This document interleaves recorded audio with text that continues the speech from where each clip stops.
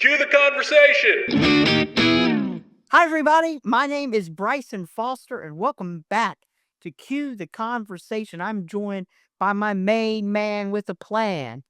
What's going on? I'm Paul Amadeus Lane. Great to be with you on this Cue the Conversation. Do us a huge favor. If you can like, subscribe, hit the notification bell, however you're watching or listening to this podcast, share, let us know what you think. We really love to hear how you feel about Cue the Conversation. And if you have any ideas for us to say, hey, we want to see you and Bryson in the Edge 4. When is that going to happen? Right, Bryson? Yeah, I know. We've been waiting, Paul. Patiently, I might add.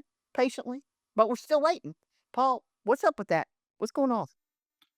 I don't know, man, but I'm about to lose my mind up in here. See, Up in that here. is Yeah, sorry. in honor of one of our guests, Latavia. I'm not going to try to butcher her last name, but Bryson, I tell you what, if you can get her last name right when we bring her on, Jay Breslin has to send you and I, what do you think about a $100 gift card each for Foot Locker? What do you think? I think so. Jay Boogie Wonderland's my boy. So come on, Jay. Come on. If I can pronounce it right, I got all the pressure on me now, Paul. Got to take a deep breath. Got to put that UNC Charlotte education to good work now. You know what? So Jay, listen to see if Bryson pronounces that last name correct. And then Alex, if he does, you're his accountability partner. And Alex, you got to make sure we get our gift card. But Bryson, I am so excited for our interview we're going to have today. I met our second guest, or we have two guests today. Latrice at the Abilities Expo in Scottsdale, Arizona. And Keith and I were there, make him scream like him, Keith, our producer behind the scenes. Keith and I were talking, and Keith introduced me to her. Keith said, hey, she would be a great guest for the conversation. And then she also talked about Miss Wheelchair America, Tavia. And I'm like, oh, man, let's do it. So, Bryson, I am so excited to do it. But before we bring him on, Bryson, real quick. All right. This football season is just turning into something I've never seen before. I do think that Brock Purdy and Mac Jones will be in a quarterback controversy because Return of the Mac is doing his thing. He's about $35 million cheaper than Brock. So Yes. what do you think? Yeah, Paul, it's really interesting. And by the time this episode comes out, Mac Jones has been rolling for a couple weeks. I thought Purdy would be back a little bit sooner, but he's not. But Mac's doing good. But sadly, Paul, he's been battling a little bit of a knee injury. So my worries with Mac, but I will say though, you were right. Your prediction did come true. But we'll see if Mac stays healthy, which I think that he will. That Rams game a couple weeks ago. Whoo boy, they were balling. They did not have their first and second receiver, and Mac Jones came out and he looked like Alabama Mac Jones, which we know what happened when he was there. He won a national title with them. On the other side of things, though, Paul, my boys, Joe Flacco. the Joe Bengals, Flacco, really? Joe Flacco, we're the really? Bungles again. We're the Bungles again, Paul. We're not even the Bengals. We're the Bungles right now. This is what I want to see this year too, Bryson. I would like to see the Ravens and the Bengals not make the playoffs. I don't want them to make the playoffs. I want them to be so deep in the draft that they can get some players and think about the future, or trade it Yeah. away and build their roster. Because I do like the Bengals. Big Joey B fan.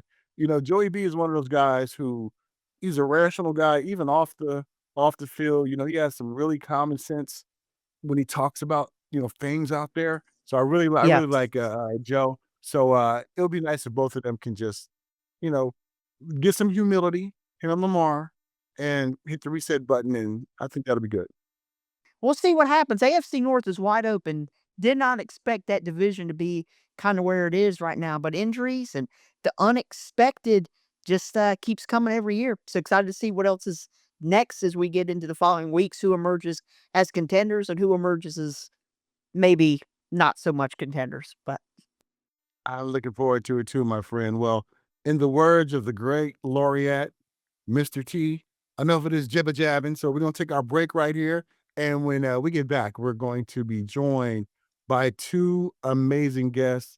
They're part of the Miss Wheelchair America program. We're going to find out just about the organization, their stories, their struggles, their platforms. Bryson, I'm so looking forward to that. What about you? Me too, Paul. I think this is going to be a really fun episode. So, viewers, you are in luck. We're going to have a really great one today. Hear all about their platforms, all that they're doing, all the advocated they're doing. So, it's going to be really exciting. We're going to take a break. When we come back, we'll bring on our guest. And, Paul, we'll do some more jibber jabbing then. I pity the fool. What you looking at, Murdoch? Introducing the new Edge 4, the new and improved mid-wheel drive Group 3 complex rehab power wheelchair from Quantum Rehab. Uniting the best qualities of its predecessors with next-gen features, Edge 4 sets a new standard for mid-wheel drive excellence. The Edge 4 boasts 4 pole motors and 7-inch casters to help negotiate real-world obstacles. Switch-operated LED accent lights are integrated into the casters for increased light projection. The Edge 4 continues to improve upon Quantum's well-known independent smooth ride suspension. It comes available in 17 color choices, including 9 brand new Quantum colors. The newest addition to Quantum's successful Edge lineup, the Edge 4, is available now. Check it out at quantumrehab.com. All right, welcome back to Cue the Conversation. It's all about talking to some amazing, powerful women who are members of our community. I am Paul Amadeus Lane, and that guy right there is the awesome. Bryson Foster, and we are super excited to have two really instrumental women that are pioneering a lot of really great movements within the disabled community. So, Paul, kind of, what are your thoughts on today? What are you looking forward to? What do you expect? I am looking forward to talking with these amazing individuals who have a wealth of knowledge when it comes to a number of issues. So I'm looking forward to them letting us know more about the with Miss Wheelchair America. Because being in Southern California, we have someone who represents us out here. I know her well, Allie. She's out here, and I know others since I work with the Abilities Expo. So it's great to have them on our show and have these conversations. And who do we have with us, Bryson? So first off, we'll start with Miss Wheelchair Arizona, Miss Latrice Jackson Anderson, and her platform, Paul. I'm really excited to hear more about it. It's about empowerment beyond barriers. And she's working to make domestic violence resources easier to access for the disabled community, promoting awareness and training to ensure individuals with disabilities receive the support they need. So we're really excited to hear from her. And also, Paul, we got the lady herself, Miss Wheelchair, not just New York, but USA, Miss Latavia Sturdivant. So we're really excited to have both of them on and get to hear all about it. So, Paul, I think without further ado, let's go ahead and bring them in. What do you say? Let's do it. And Latavia, you gotta let us know, did Bryson butcher your last name or did he get it right? No, he got it right. Very Woo! good, Yeah, we Bryson. did it. You know, Bryson graduated with honors from University of North Carolina, Charlotte, broadcast major. It's showing, Bryson. Congratulations. I appreciate it, Paul. There's a lot of pressure on me there for the whole UNC Charlotte community. I had to make sure we got it right, that I was sounding it out, pronouncing it right. We did good. So I'm proud. It was. Ladies, welcome. How are you both doing? I'm doing well. Thank you for having me.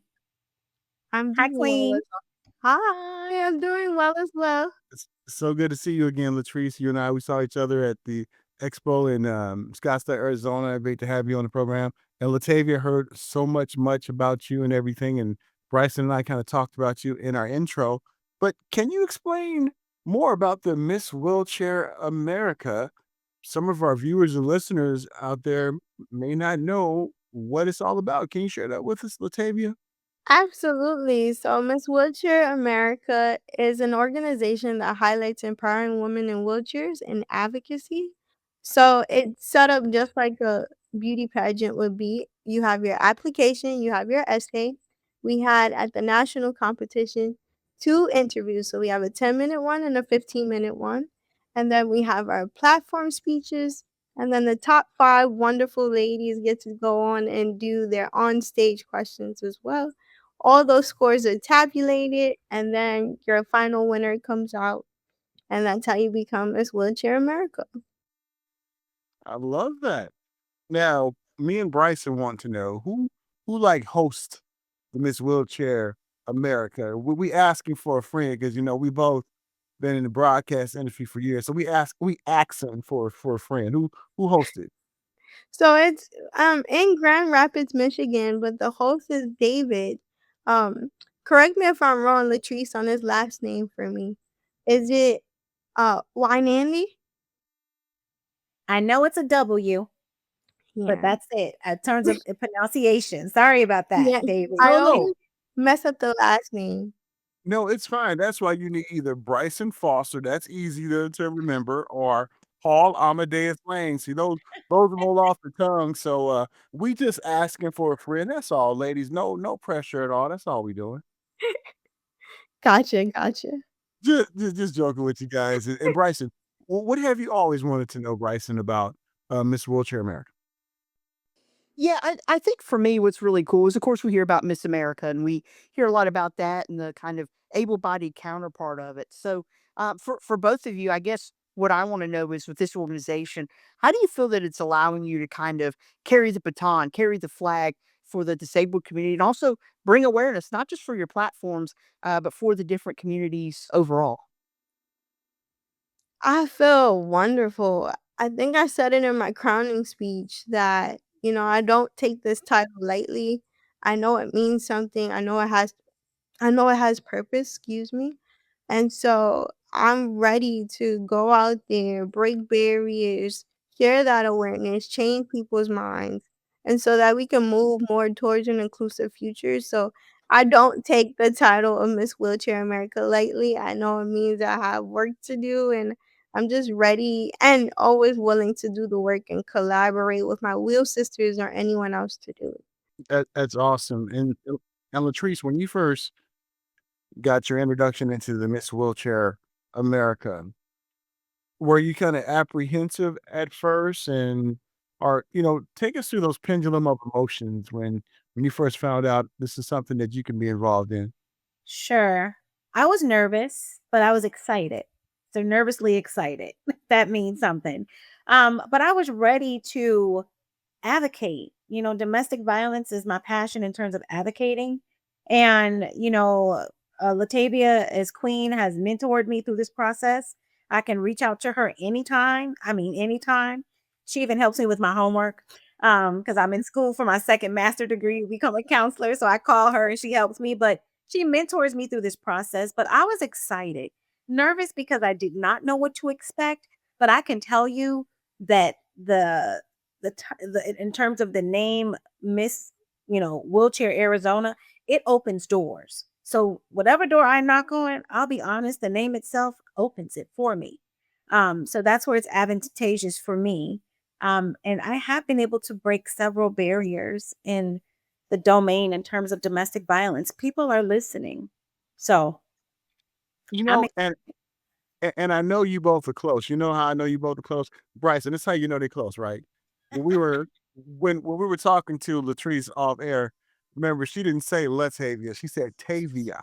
So now you know. I caught that too, Paul. I You know caught what I that. mean? So that mean they close. So that means I La- was like, they're tight. Okay, Latavia. okay, I see them. You Okay. know what?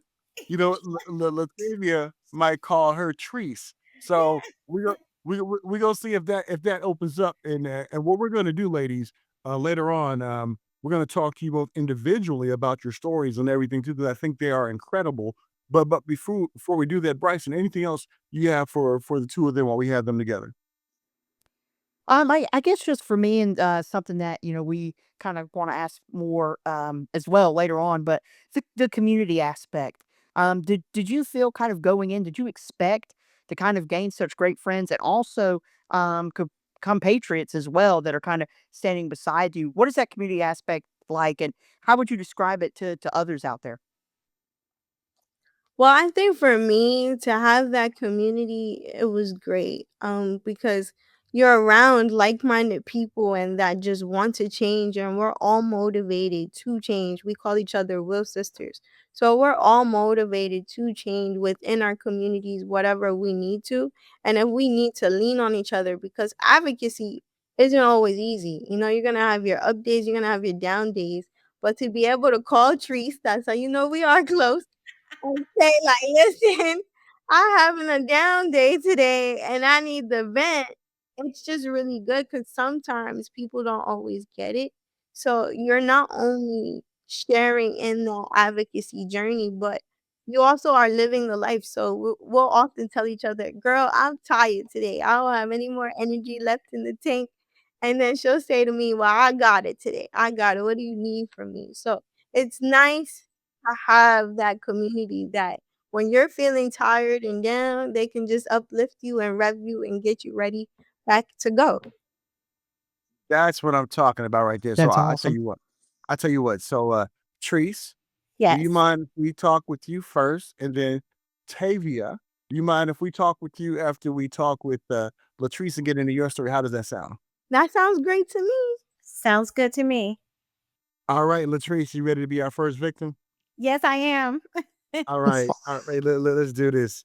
Can you describe your position and what responsibilities you have with Miss Wheelchair Arizona? Sure. So I'll talk about my platform a little bit. So my platform is entitled Empowerment Beyond Barriers. I am by trade a victim advocate. I specialize in domestic violence, sexual assault, human trafficking, and child abuse at advanced level through the National Credentialing Program. And so with my platform, what I'm doing is my goal is to advocate for um, the differently able community to have practical resources, including accessible shelter. So I found being a victim advocate that there are not, so there are theoretical resources, they're there, but they're not practical because they're not working for the differently able community. When I say resources, what I'm talking about is order of protection, address confidentiality, rental termination. These are all things that individuals that are trying to escape domestic violence need in order to be safe. And so that's what I'm doing for my platform. I'm out here with the coalition, legislation, different community organizations. And I'm just making them aware of the different barriers and challenges that the differently able community are experiencing. So yes, I'm hoping I'm answering that question correctly. Oh, you did. And if you don't mind, and it's totally up to you if you want to get into this with us, what made you want to choose that platform? I think it's an incredible one. Okay. Thank you for asking that question. So I'll get just a little personal. I am a child survivor of domestic violence, and that's how I obtained my C7 spinal cord injury because I was accidentally injured in domestic violence as a kid at 6 years old. So I'm very passionate about what I do. And I just believe that had my mother had a advocate that understood how to assist her through the system, meaning the court system, shelter, and all these different things, I may not be in this wheelchair, but that's my motivation. So kind of turning lemon into lemonade. Thank you so much for sharing that. I know you and I met each other at the Abilities Expo in Scottsdale, and you know, I was telling Bryson just how amazing you are, and Thank you. Bryson, was I lying? Not at all, not at all. And Latrice, I looked at, some of the videos and interviews that you've done, and Paul and I talk a lot about the word inspiration. And for me, I was very inspired listening, kind of to you talk and how you've come through some of these trials and tribulations. And I guess kind of one thing, kind of to stray away from me, but one thing I'm excited to hear about with you is you talked about your faith and being a follower of Christ. So can you talk about how important your faith is to you and how through some of these tribulations that you've been through, how he's been so present, and now it's led you to this where you have this platform where you're fighting for others. Yes. Wow, thank you. Another great question because all I have is God. So I can give you just a little bit of what I've been through and how He's been there for me. So at 6 years old, I'm intensive care. In intensive care for about 6 months. I was dead on arrival. And I was fortunate enough to have a physician that stated that he did not want to retire losing a child. So he worked on me.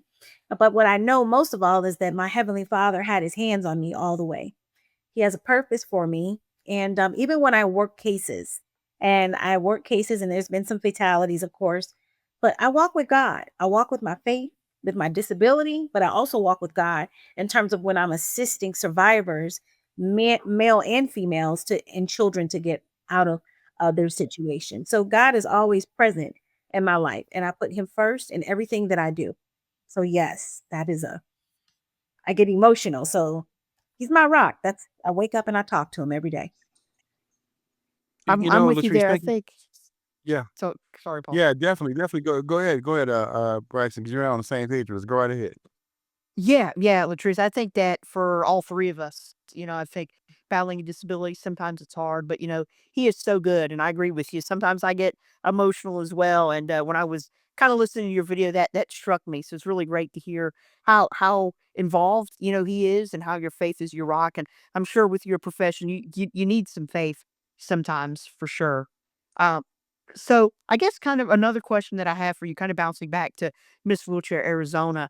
What does it mean to you to be named that position? And kind of what was that process like that got you named Miss Wheelchair Arizona, which is such a great honor.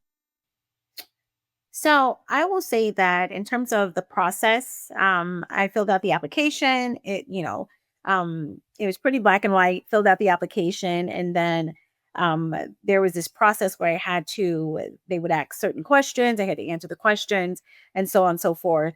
And yeah, at the end, I became Miss Wheelchair Arizona.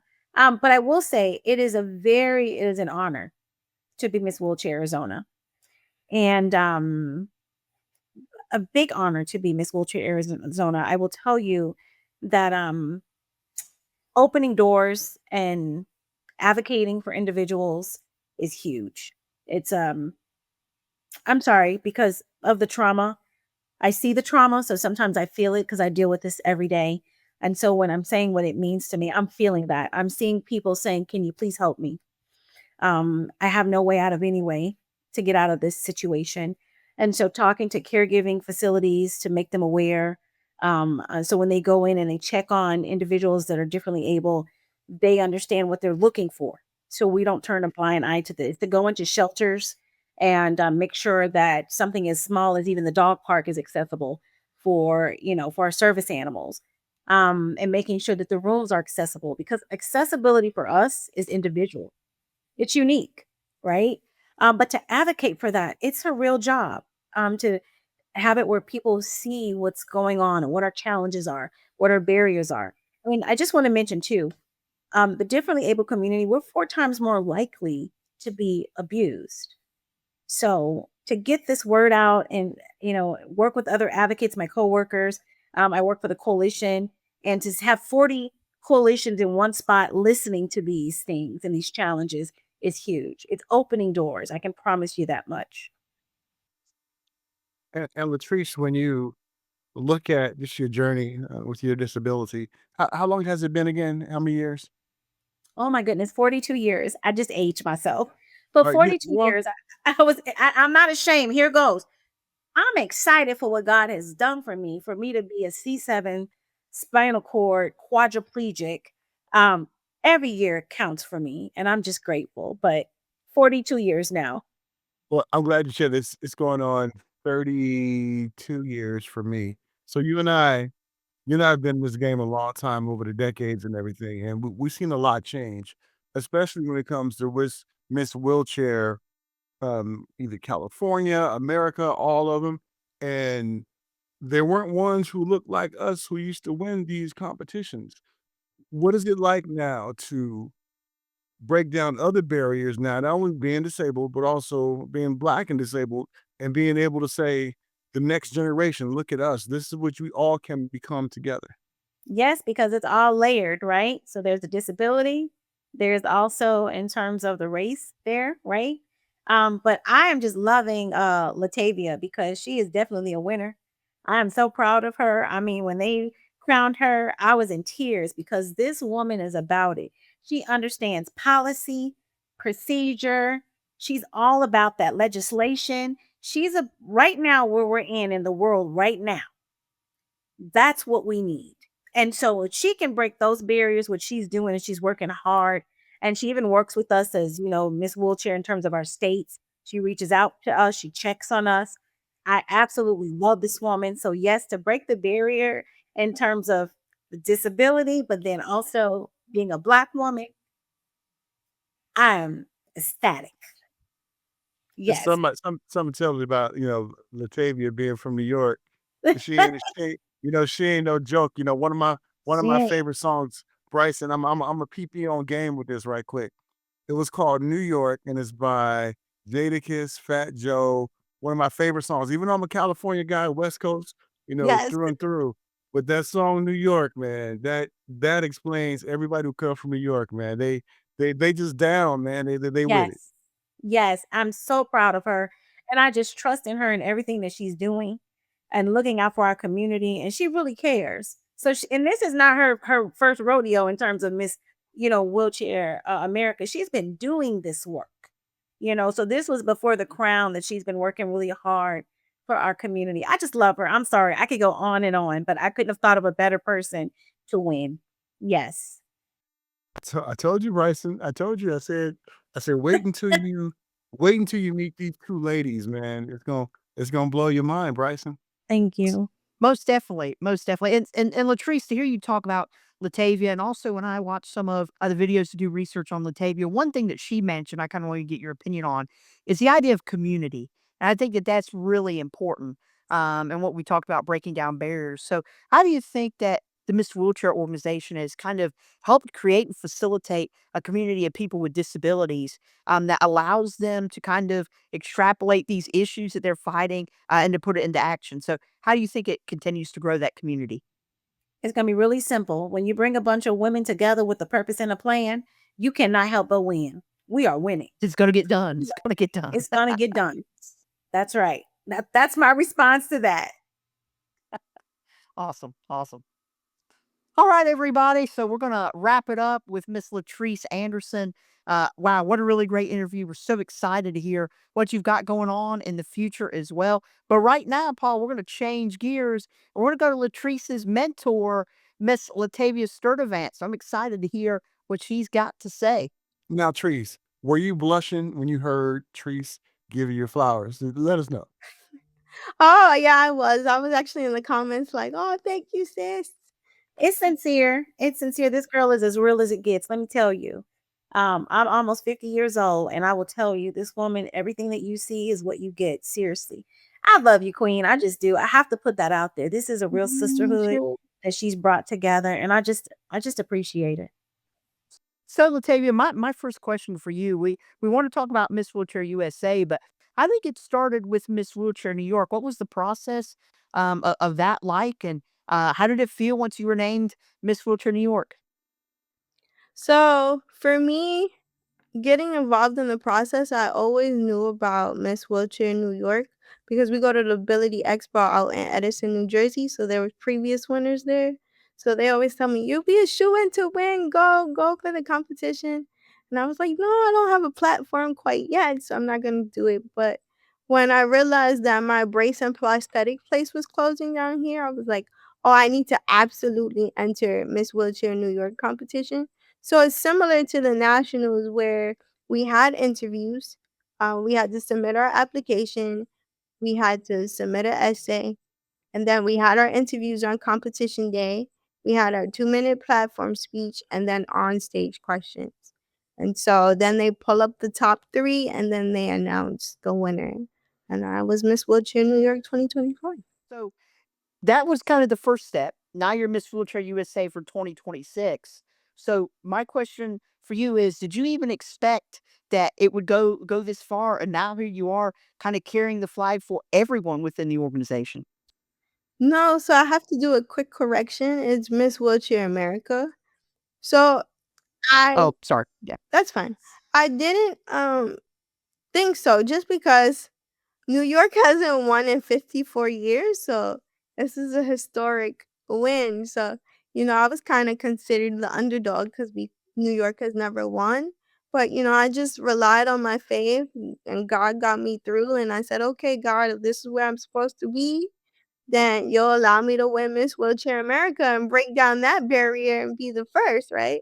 National title holder for New York." And so here we are. That's awesome. Now, I want to ask permission, Latavia. Is it okay if I call you Tavia? Yes, it's fine. All right, cool. Because I didn't want to get choked out. You know what I mean? So I said, let me ask her first. But I wanted to talk about your oranges story. I'm sorry, I mean your origin story, about your disability, being a member of the community. Do you mind sharing that with us? Absolutely. So I have cerebral palsy spastic quadriplegia. And what that is brain damage. And that just means my whole body, including my head, neck, and shoulders, are tight. So I have been born with my disability from the outset. And I've always experienced challenges where societal misconceptions about people who are ably different come in the way. And, you know, for a while there, it was challenging. And always the most challenging part for me is overcoming those misconceptions and always having to prove to others that you belong and that you're able to do what you set out to do as long as you have the tools. So, that's where I come from, and so for me, it's just important to keep breaking down those barriers so that people don't have to go through the challenges that I went through with school. It was a challenge going through college and just going through school in general because I didn't go through special education. I went through general education all the way up until 7th grade because they were violating my civil rights in the general ed that I was in.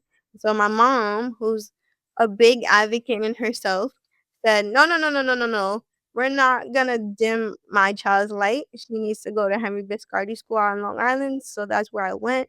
I had an authentic high school experience, middle school experience, loved it.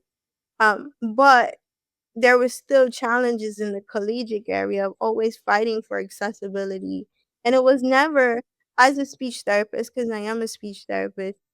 Of course, with that degree, you always have to maintain a high GPA level. And so the academics was never the issue for me. It was just always making sure I had the things that I need to be successful in college. So I didn't want people to go through what I went through, and so I started advocating for automatic doors, for tables to sit at. And so when I look back, I have been advocating my whole life. You just never put it together like that because you're like, I'm just fighting for the things that I need. But then you're realizing that those things that you were fighting for because you needed them helped someone else. And so then for me, it's like, I really want to help and make a difference in this world. And if I could leave my mark by using my voice, then why not? I have a serious follow-up question. That was amazing what you said, but I have a little fun fact right here. You talked about the Abilities Expo. Who's your favorite Abilities Expo ambassador? That oh, Paul, you're my favorite, but I had to say Stephanie too. Okay, Stephanie's my girl. We Steph is my girl, so we're all good. So yeah, Yeah, yeah. see? I got You're my number 1 and she's my number 2, so There you mm. go. I appreciate that. Appreciate that. Stephanie's my favorite too, so I can definitely get that. She's a great person. But a serious follow-up question I wanted to ask you, and this is something that we're seeing now. I know me as a part of our community, I'm worried about some things. The way, and this is not political or anything, but the way things are going, are you afraid of what we've been able to accomplish with the civil rights of allowing us, me, you, Bryson, and others who are part of our community to have these electronic doors, to have these curb cutouts? Do you have any fear that some of those things are not going to be as accessible for us? Absolutely, and I think that's why I'm fighting harder than ever because I think we're taking steps backwards instead of taking steps forwards. I know talking to some of my will sisters because when I did my crowning speech, I said this crown isn't just for me, it's for all of us. And so I still keep in contact with my will sisters and see if they need help with anything, either legislative wise or just in their community. Some of them still don't even have curb cuts. So if we're going backwards, um, and they don't have curb cuts in their state or access to services in their state, it's like, wow, where are we going to be if we don't make our voices heard? Where are we going to be in the next 5 or 10 years? And we slowly start seeing some things kind of roll back and kind of disappear somewhat. And so for me, it's just like, initially you're always, when you're just looking through a certain lens, you're like, oh, times change, things change, and that's just the way it's going to be. But then when you kind of delve into all the advocacy and everything, you realize it's not times changing, it's just people not bringing us to the table to help them make decisions about how to be more inclusive. And so, absolutely, I am definitely worried about that. But I refuse to be fearful. I'm gonna stay steadfast in my faith, and I'm going to use what God has given me and the tools that He's given me to make a change for everyone else. And like I said earlier, that is my voice, and so I tend to use it and just spread that awareness and break those systemic barriers. I love that, and to hear you just say that is really amazing. I know, like today, I went to my doctor, and my doctor told me today that a medication that I was approved for won't be approved next year. So I'm sitting up there like they know I'm disabled. They know it works for me. What's going on? So I'm with you on that. Seeing things roll back, and we have to be vocal about it. And you're spot on. Bring us to the table when you talk about who's affected by this. And I think when they do that, I think they're going to put a human element to it, because one day, Tavia, they're gonna be like us. So when they're like us, don't they want to have these things that make it easier for us? So, I think that's what we got to do. Absolutely. I always say the ably different group is any group that we could belong to at any given time. And so to often feel that we're dismissed and pushed to the side, it makes absolutely no sense to me.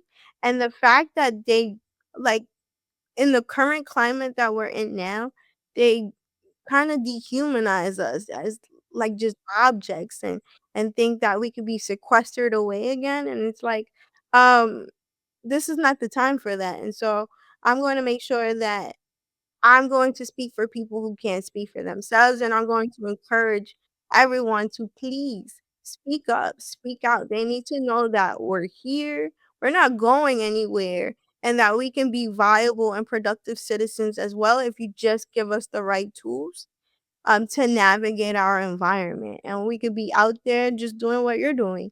But they don't get to see that often. And so that is what I am doing with the crown. That is what I was doing prior to the crown. That, hey, we can be productive citizens. You just need to give us the right accommodations, the right tools, and you can see us out and about everywhere.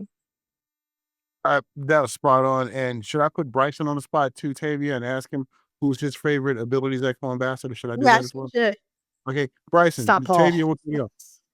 See, it's your It's not Paul. it's your turn, my good friend. It's your turn, Bryson. Do your thing, buddy. Sorry, Latavia. I got to keep him humble. This Yeah, this guy over here. That's fine. he does. He does. That's my buddy. That's totally fine.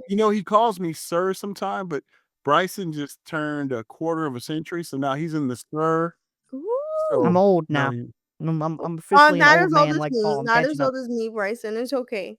Enjoy that quarter of a century because it flies by. Okay. I'm, I'm yes, ma'am. hitting almost mid-30s and I'm like, ooh, I don't really like this spot. Can I stay 33? I'm about to be 33, so I'm like, can I stay 33 forever? Because I'm 2 years away for 35. This don't feel too good. I've kind of had the hard lesson of learning about adulting 101 since I graduated with my master's. It's like, man, I don't like this adult stuff. I want to go back to when I was a kid. That that I said that the that, that felt same easier. thing. I want to go back to my nap and juice box. Like the whole time we were over here, we want to be adults. I can't wait to get grown. Woo-hoo. I said, somebody give me a nap and a juice box, please. This is not fun.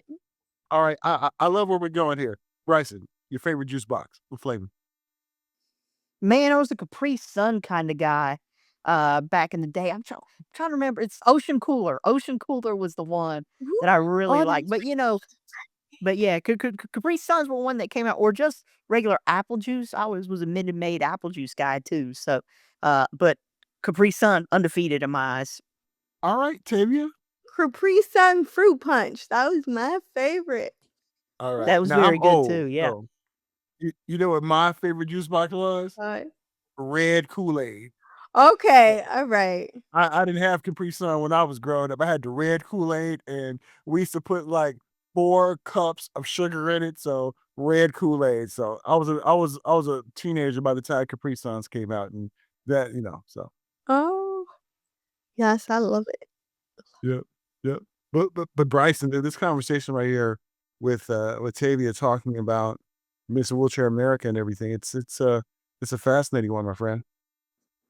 It definitely is. And Latavia, something when I researched you and you mentioned it, you said, you were advocating before the crown, you're advocating after the crown. And looking at all that you do as an educator, as a protest organizer, somebody who has her own podcast, and now Miss Wheelchair America, and you're giving back to others. Can you describe kind of what your platform is? What issue are you fighting for? And why did you feel that that was what you wanted to put your platform behind? Absolutely. So my platform is breaking barriers through education and leadership. So it's all about dispelling societal misconceptions about people who are ably different and creating systemic change.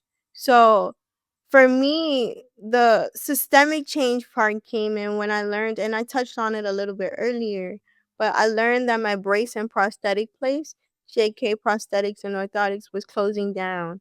My mom and I went in there for an appointment, and my mom was like, "It looks like a ghost town." And so we talked to the manager, and he was like, "Yeah, I just can't keep my business open because Medicaid isn't reimbursing me enough, and so Imma have to close my doors." So I was like, "Oh, no." I lost my wheelchair place. It's now one big conglomerate, and it's a mess. And now we're losing our independent providers in the brace space. I was like, "I need to do something." So I had him come on to my podcast to raise awareness about it. I formed a small team. My mom, my aunt, the manager, we all got together, started calling our legislators. And that's really how I decided that I really, really wanted to do Miss Wheelchair New York because I'm really not a pageant person, but because Miss Wheelchair America had a purpose behind it, I was like, okay, this is something I could get behind, right? This is all about advocacy, so I could get behind it. So when I was trying to do it and organize it on my own, a lot of legislators would say, "You're not a constituent of mine." So what I would have to do is I would have to call one of my friends and I would have to say, "Hey, you're in this person's district. Do you mind being on this call with me while we advocate for the Medicaid parity bill?" And so I would do that, but then I said, if I became Miss Wheelchair New York, I'm a constituent of everybody's in New York now, so now you can't ignore me. And so I was like, this is what I'm absolutely going to do because they need to understand that our equipment, we need it to be productive. If we can't get it, if it's taking longer wait times for repairs and the independent providers are gone and it's one big conglomerate, then how can we show you that we are productive, we can be out there? How can we be visible if we don't have these essentials equipments? And so the more I delve into it, I was like, wait, the system is designed to kind of put you at a disadvantage.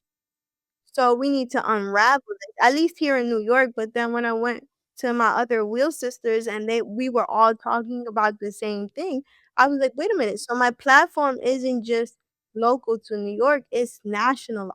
And so I would like to help all my wheel sisters with systemic change in their area and wherever their platforms are. I'm pretty sure 9 times out of 10, it's the systemic barriers that's keeping them from going forward, and so I would like to help with that on a national level. That's awesome. That's awesome. And also talking about that, you have a bit of a history with Adapt as well. So, how was working with Adapt also allowed you to fight for disability rights and allowed you a different avenue to advocate for? So, the crazy thing is I've known Adapt for a while because initially it was UCP. So I used to go to UCP, I used to do early intervention, I'm a product of early intervention. So, voila, this is what you get when you have early intervention.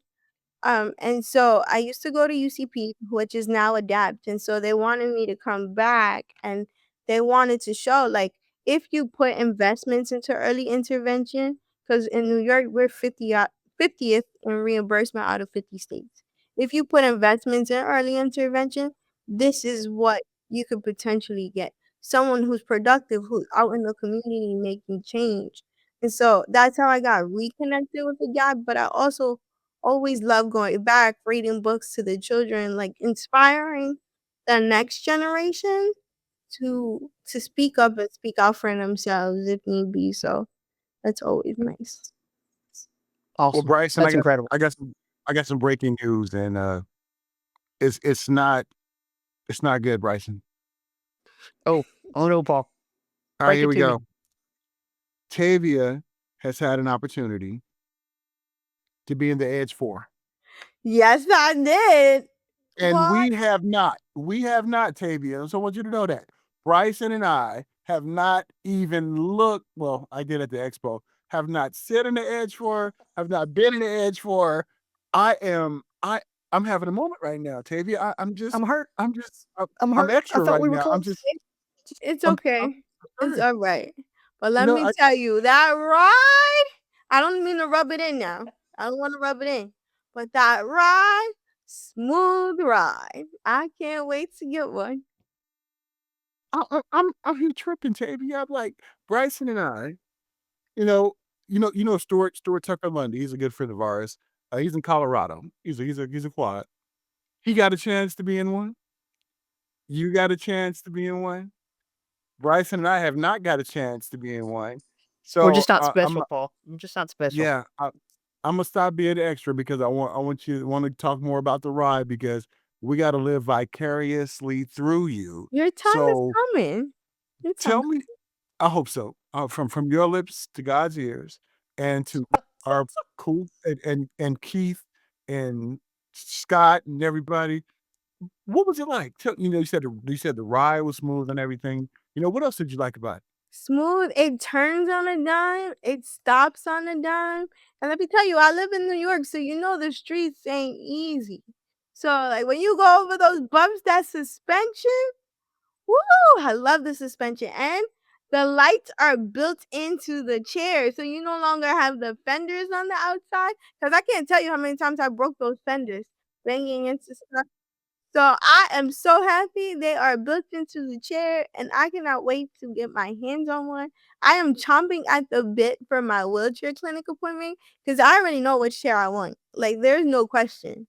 There is no question.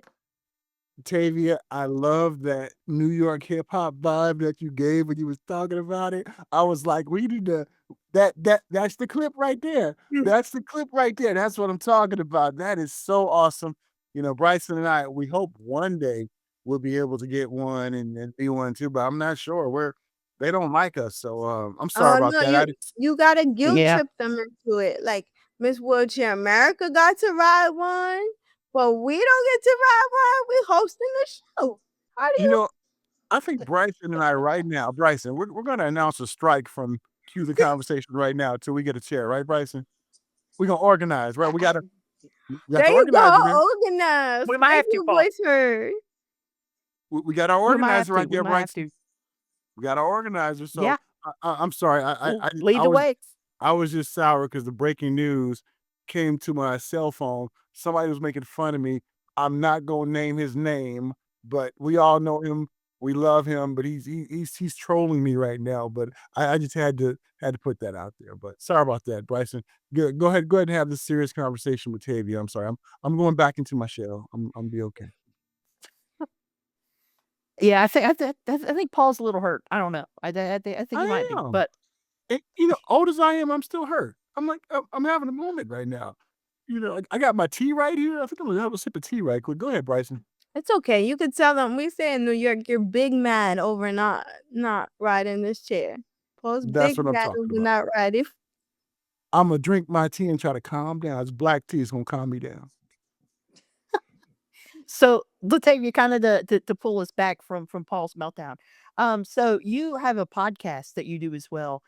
So can you kind of talk about how that came to be? And just like us, you're making kind of noise and having guests on, and you're making a way that way. I mean, I feel like you're advocating in every single thing that you do, which is really awesome to see. But can you talk about your podcast a little bit and how they can find it? Yeah, so I started my podcast back in April of 2022. Unfortunately, taking a back seat because of everything I got going on, but there's 3 great seasons for you to check out. It's called Queens on a Roll, and I created it to kind of dispel societal misconceptions about people who are ably different. Because I cannot tell you how many times I would go out with my friends who some of them happen to be able bodied, and they would end up talking to my friends. Or if we would go out to concerts, oh, you paid for the tickets, where's the tickets? And my friends would have to say, I didn't pay for them. This is my birthday gift. She paid for them. And so I kind of got tired of like the misconception that we don't work and that we don't do anything, and so it kinda turned into a platform to celebrate everyone in the community who's ably different, who's out there doing things and being productive, but also raising awareness about the challenges it comes with being ably different, and a lot of the times, even when I'm speaking to a lot of people, the challenges aren't with our disability, like, we can deal with those on a day-to-day, you know? We're kinda used to those. It's the challenges of trying to be out in the community and have an inclusive experience.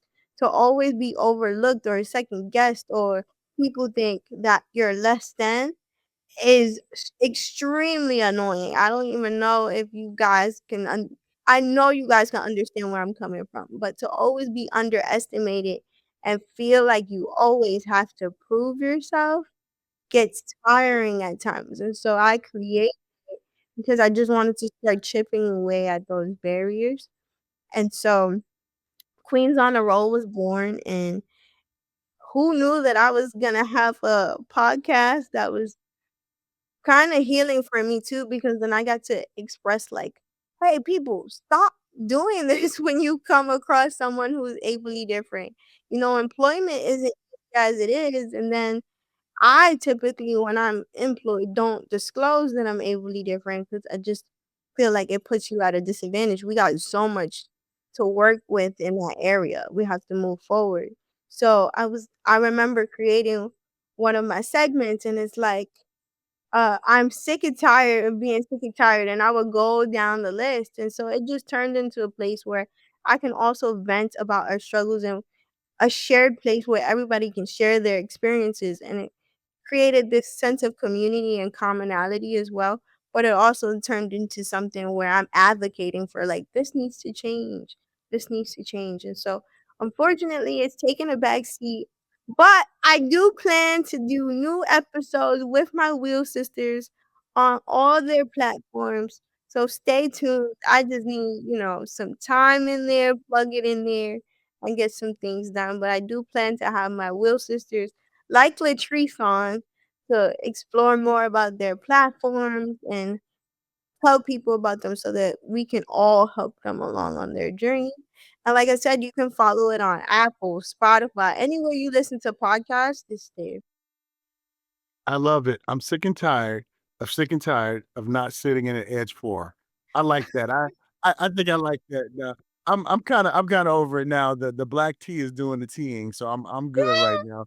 So Okay. I'm a Somebody needs to get Paul an Edge 4, okay? thank you. Just drop Thank it you. off at his house so he could try it out, give you some pros and cons. How about brother out over here? Thank you, Tavia. I appreciate that. I mean, I can roll it on the red carpet. I can do all this stuff, but they they ain't hearing that, Tavia. That's what I love about you because you organize certain things. So let's talk. That's a great segue. When people think of protesting, and no matter how they feel about it, I think one thing that is really interesting is that here you are, a person who is in a wheelchair, who has a disability, who's organizing protest. Talk about that. Talk about what made you want to do that and some of the outcomes that happened. So I remember when I did my first one, and the first one was fueled off of a lot of my state legislators saying, the ably different community is a small community, and so it tends to get the cuts first. That was one. But then another legislator said to me, your community is often one and done, meaning you rally one time and then you go away. So I was like, if you can kind of pick up on my personality, I'm all about, okay, let's turn this misconception upside down and prove it wrong, right? So I was like, oh, no, no, no, no, no. I'm going to show you that that's not necessarily the case. Bryson is called flipping the script. That's what she did. She flipped the script. Yep. So I remember saying, "Okay, well, I'm gonna turn this around, and I'm gonna prove to you that that's not the case at all." So I fundraised. I had my mom help me, and I got a community together. We fundraised on Double Good Popcorn because one of the difficulties when I was trying to organize it was realizing that it was very difficult to get a group of ably different individuals up to Albany. So I was like, okay, we're gonna eliminate that barrier right there, and we're gonna fundraise to get charter buses to go up to Albany so it could be a group of us. And then I'm gonna reach out to community organizers and advocacy organizations and say, will you please join me at this rally? And so the first rally I did, it was called Silent Voices Speak Out. And it was a bunch of us in the third floor terrace. And a lot of legislators were surprised. Like, I didn't know this bill was needed, right? And so I did the second rally, raised money, did the same thing. And we called it Keeping the Pressure On. So it was difficult, but a lot of the challenges was logistic wise, getting people up to Albany and then collectively trying to tell people like, hey, if you're having trouble with your equipment, all hope isn't lost because I think sometimes too, because we've been trying to break down those barriers and we feel like we're not heard, some of us are like, okay, this is not going to change no matter how hard you push and you push, they're not listening. And so I was like, listen, I know that feeling, but we need to change their minds. And I'm just asking you to collaborate with me so that we can change their minds, and if we keep working at it, then we're going to make progress. And so the first time we were passing the Medicaid parity bill, and only passed through the assembly. So I was like, we can't give up. We got to keep trying. And so I would go to Albany when the new legislative session start. We were going to Albany like almost every week just to make sure that they knew this bill was important. And sometimes I would just go with me and my mom, and they would be like, Latavia, you're back here again? Yes, I sure am. I need you to pass this bill. This bill is important to not just me, but millions of other ably different people. And so this time we got to pass through the Senate and the Assembly. And now I just heard yesterday that it is on the governor's desk waiting for a signature. So that's what happens when persistence, you keep going. Persistency is key. And no matter what it looks like, you just can't give up. You know, I got Governor Hochul's number. I can text her right now and tell her to get right to it. You want me to do that right now? Yes, please, All right, please I'm do about it. to text her right now, Please and I'm tell her. like, Please like tell her Governor, we need her signature. yeah, so Governor, we got to do this. And my last question for you, Tavia, before I turn it over to Bryson. When you think of your will sister, Treese, what comes to your mind? Just your relationship with her, what you've been able to do to help her. Do you mind sharing that? Yeah, she's super, super strong. What she's doing out in the trenches, helping ably different women, helping women in general, I could not even think about doing it. You need the fortitude within to even do that. So I am so grateful that I met her, and I'm just in awe of her and all of her experiences because she is really out there, foot on the pulse, foot on the gas, and really making changes. And so when I was talking to her, and she's like, we're doing a lot of community based work, but we need more. And sometimes those resources aren't coordinated. So I was like, sometimes you need to make sure that legislation is there, it's mandated for these places to provide these services. So I was like, is it mandated? She was like, no, it's all community based. So I was like, let's see if we could get some legislation on the books and make some systemic change. So we sat down. I was looking up some legislation she had there in Arizona. I was like, here's one bill that could help you where all the networks would be coordinated with each other, and then you guys could pull information from all the different organizations, right? It's all computerized instead of just paperwork. So I was like, oh, in your state legislator, it just stopped moving. Here's the sponsor. Here's how you draft up the letter. And if you need my help when you meet with the legislator, I'll be happy to get on. So I call those collaboration days with my will sisters where I just help them navigate the political aspect of it all and try to get legislation on the books that will help further their platform. Awesome. Thank you so much for sharing. I really appreciate it. Even though she's in the virtual green room, she can hear every word. So I bet you she's blushing like you were blushing when you heard about her. So that's pretty cool, ain't it? Yes, it is. B Money. Yeah, so I guess I just got one more question for you. I always like to end any interview that I do, and I think Paul probably shares the same sentiment here. With looking forward, I'm a positive person, so I like to look forward. And so my question for you is, what's next for you? You've got so many things that you're doing. What's next for you? What plans are in the works? What lies ahead for you? What's next for Miss Wheelchair America? Oh, well, I'm always on the move. I don't tend to stop. So, what's up next is I have a TEDx talk coming up on the theme of doing better. And my talk is going to be called The Illusion of Inclusion. And I'm going to leave it right there because you just got to check it out. I'm not going to give any more.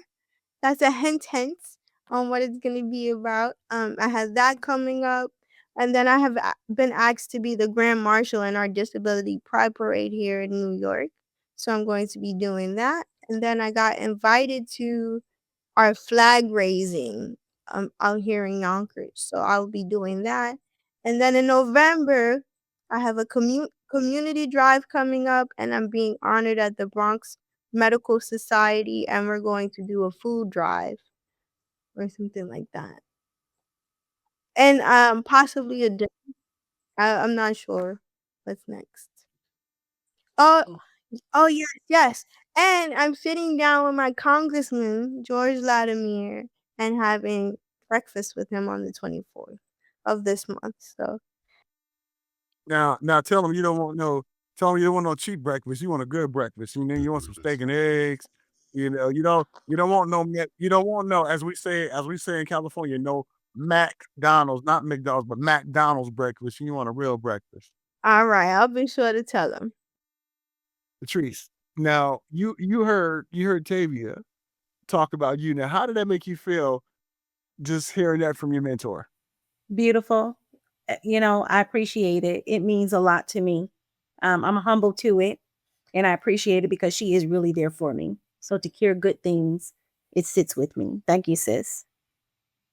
They are amazing, aren't they? Teresa and Tavia, they're awesome. Yes, sir. Definitely learned a whole lot about the Miss Wheelchair America organization, but also just some very inspirational stories. And Paul, like we say on every episode, it gets better and better. And this one might be up there for me. That's for sure. Definitely. So, Treese and Tavia, thank you so much for coming on and chatting with us. How can they get in touch with both of you? We'll go with you first, Tavia. So you can always reach me at Latavia. That's L as in love, A as in apple, T as in tiger, A as in apple again, V as in Victor, I as in indigo, A as in apple, at MissWheelchairAmerica.org. That's also my Instagram. So Latavia underscore at Miss Wheelchair America. I have a bunch of different Instagrams, but that's the one I'm primarily on now. To reach All me. right, because you Insta famous, Tavia. That's what I'm talking about. Well, what about you, Treese? Okay, so you can reach me at I have a nonprofit called Families Against Domestic Violence Corp. So you can reach me at Families, that's FAMILIES, against AGAINST, D as in David, V as in Victor at gmail.com. And also you can reach me at familiesagainstdv.org, which is the actual website. And so that's pretty much and I'm also on Facebook too. So under Miss Wheelchair Arizona 2025, Latrice Anderson. I'm sorry, I wanted to leave a number in case someone is experiencing domestic violence. Can I do Okay, that now? absolutely. Go right ahead. Yes. Yeah. Okay. Go Well, right ahead. if you're experiencing domestic violence, I know that it's a very scary thing to do. And I know sometimes you may feel like no one's listening. Reach out, please do, to National Domestic Violence Hotline for support. That phone number is 855-812-1001. And reach out to your coalition, domestic violence coalitions in your state for support. Thank you. Ladies, thank you so much. And Bryson and I are looking forward to chatting with you both again. Oh, We thank would you. love that. Yes, All right. yes. Quantum Rehab isn't just about mobility, it's about possibility. It's time to rediscover mobility and freedom. At Quantum Rehab, we design cutting-edge power wheelchairs that don't just move you, they empower you. Our advanced technology adapts to your lifestyle, offering unparalleled comfort, precision, and customization. From smooth indoor maneuvering to rugged outdoor adventures, Quantum Rehab ensures you stay in control wherever life takes you. Looking for innovation? Our power wheelchairs feature eye-level technology, giving you the ability to rise up and interact at eye level. Perfect for work, social events, or just feeling on top of the world. With Quantum Rehab, the future moves with you.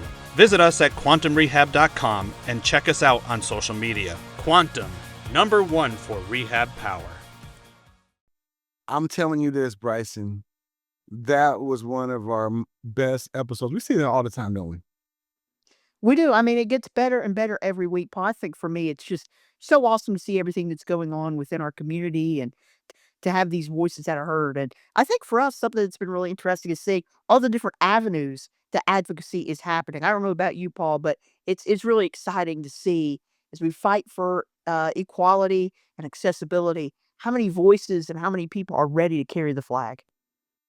Yeah, and good job for saying Tavia's name, last name correct. So Jay, you know what that means. You gotta hook us up. Pay up, Alex, pay up. make sure you do it. If not, we're gonna let Scott know.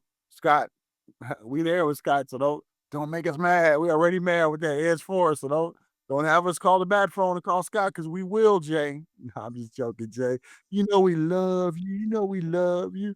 But again, do us a favor. If you can like, subscribe, hit the notification bell for these episodes. Please share this conversation that we are having on Cue the Conversation. We really, really appreciate your support. And Bryson, always great to share the mic with you. Any closing thoughts to our viewers and listeners out there?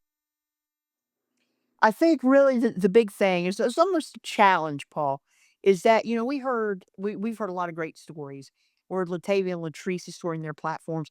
I would encourage you, if you're listening, to go and do some research, to go and find ways to support and stand beside us in the fight for accessibility. And I think today we really saw that how these grassroots movements can take off. All it takes is one person to get started and we can see where it goes. That's my challenge. Do some research to see how you can get involved and Paul, I think that's probably my closing thought for this conversation today. I appreciate that, Bryson. And remember, how do we know that Latavia and Latrice were close? Because remember the lesson I taught you? What was the lesson? Well, one called her Treese, one was calling her Tavia. I was like, whoa, they're tight. So that's how we got it. All right. So we tight with them now. So we can now call them Tavia and Treese. You will be Bryce. I will be, what would be a good one for me, Bryce? Because my name is so small. P-Lane? I love that. P Money and B Money. Let's do that. And we be out of here having a great time with you on Cue the Conversation. Until next time, do me a favor. Stay healthy, stay safe, and remember, we love y'all to life. Until next time, y'all. Cue the conversation! Quantum Rehab supports open and candid conversations between our hosts and guests. Views and opinions are theirs and do not necessarily represent the collective view of Quantum Rehab.